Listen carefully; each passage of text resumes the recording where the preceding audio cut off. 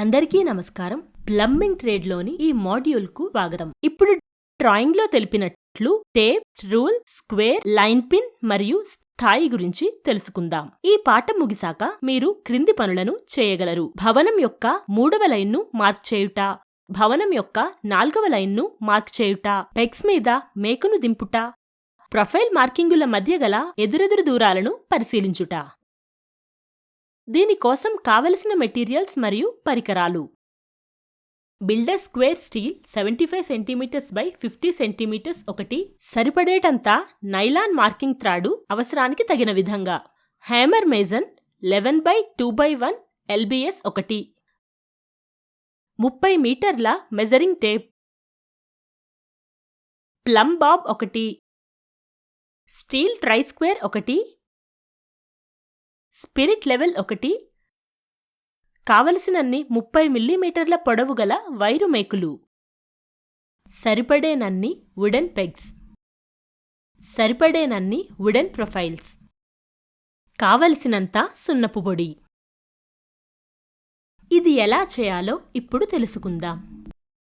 భవనం యొక్క 3వ లైన్ను మార్క్ చేయుట.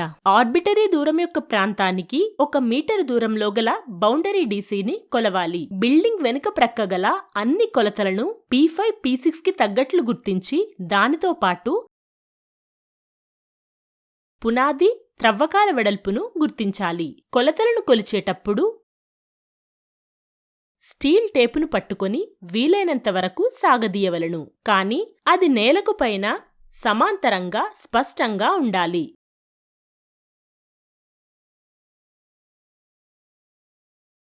P5 మరియు P6 పాయింట్ల వద్ద పెగ్లను డ్రైవ్ చేయండి. P5 మధ్యలో మేకును దించి లైన్ థ్రెడ్తో కట్టాలి. చిత్రం 1లో ఉన్నట్లుగా బిల్డర్స్ యాంగిల్స్ వాడుతూ కుడి యాంగిల్స్ వద్ద లైన్ థ్రెడ్ను సాగదీసి కట్టాలి. ఇది P3, P4 మరియు P6 పెగ్ లైన్లో ఏర్పాటు చేయాలి. పెగ్ P6 దగ్గర మేకు పాయింట్ను గుర్తించి ఆ విధంగా లైన్ థ్రెడ్ వద్ద మధ్యలో మేకును దించాలి. P6 పెగ్లో గల మేకుకు లైన్ థ్రెడ్ను కట్టాలి. P5, P6 3వ లైన్ కుడిప్రక్క యాంగిల్స్లో P3, P4కు లైన్గా ఉండాలి. అవి P1, P2కు సమానంగా ఉండాలి. మన తర్వాత పని భవనం యొక్క 4వ లైన్ను మార్క్ చేయుట. బౌండరీ CB నుండి 1 మీటర్ దూరం గల ఆర్బిటరీని కొలుచుకోవాలి. భవనం యొక్క కుడివైపు కొలతను చుట్టూతా కొలిచి P7, P8 పాయింట్లను గుర్తించాలి. అనగా పునాది త్రవ్వకాల వెడల్పుతో సహా. P7, P8 పాయింట్ల వద్ద పెగ్ పాయింట్లను బిగించాలి. పెగ్ P7 మధ్యలో 1 మేకును దించి లైన్ థ్రెడ్ను కట్టాలి. బిల్డర్ స్క్వేర్ను ఉపయోగిస్తూ లైన్ థ్రెడ్ను కుడివైపు యాంగిల్స్ను లాగి ఉంచాలి. పెగ్ P8 మేకు దగ్గర పెట్టి లైన్ థ్రెడ్ మధ్యలో మేకును దించవలెను.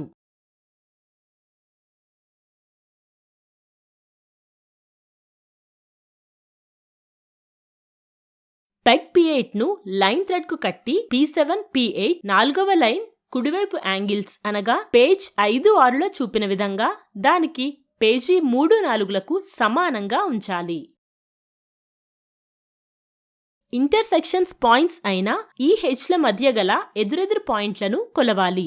ఎదురెదురుగా ఉన్న G మరియు Fల మధ్య గల ఇంటర్సెక్షన్లను కలిపి కూడా కొలవాలి. లైన్ థ్రెడ్స్ అన్నీ ఒకే విధంగా ఉండాలి. త్రిప్పటం కోసం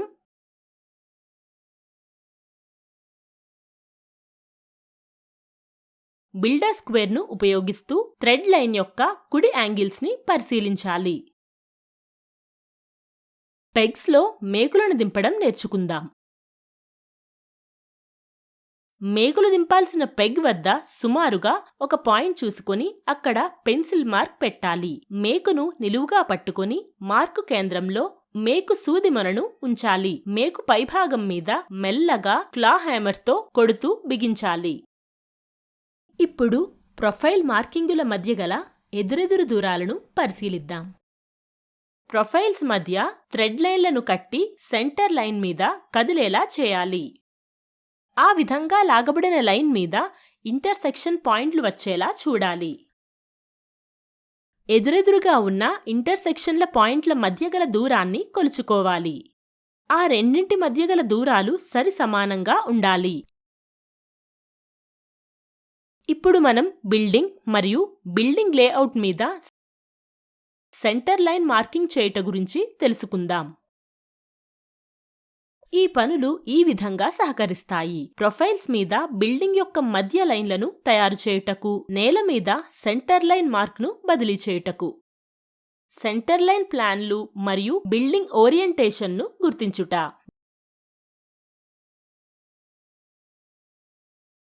దారం యొక్క దళసరిని బట్టి మాత్రమే లెవెల్స్ను వేరుగా చేసుకోవాలని గమనించాలి.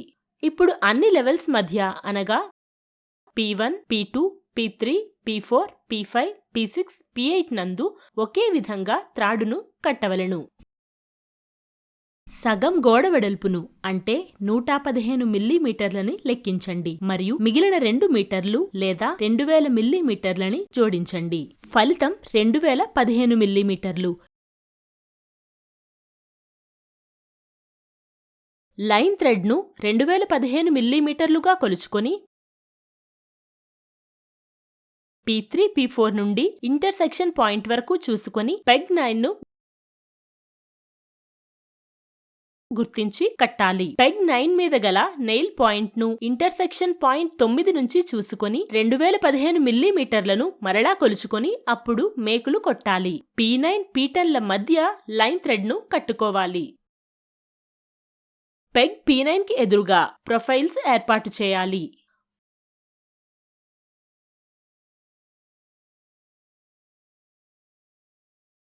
పెగ్ P10 ఎదుట అదే విధమైన పద్ధతిని పాటిస్తూ మరొక ప్రొఫైల్స్ ఏర్పాటు చేయాలి. ఈ ప్రొఫైల్స్ మీద సెంటర్ లైన్లను గీసి ఉంచాలి. లైన్ థ్రెడ్ P9, P10ని తీసివేసి ఈ 2 ప్రొఫైళ్లను కట్టండి మరియు భవనం ముందు గోడ యొక్క మధ్య రేఖను పొందండి. సెంటర్ లైన్ డ్రాయింగ్ ప్రకారం అన్ని ఇతర సెంటర్ లైన్ల ప్రాసెస్ను తిరిగి మరలా చేయాలి. ఈ వీడియోలో భవనం యొక్క 3వ లైన్ను మార్క్ చేయుట, భవనం యొక్క 4వ లైన్ను మార్క్ చేయుట, పెగ్స్ మీద మేకును దింపుట, ప్రొఫైల్ మార్కింగుల మధ్య గల ఎదురెదురు దూరాలను పరిశీలించుట తెలుసుకున్నాం. ఇవన్నీ మీకు బాగా అర్థమయ్యాయని భావిస్తూ మరలా మరో కొత్త వీడియోలో కలుద్దాం.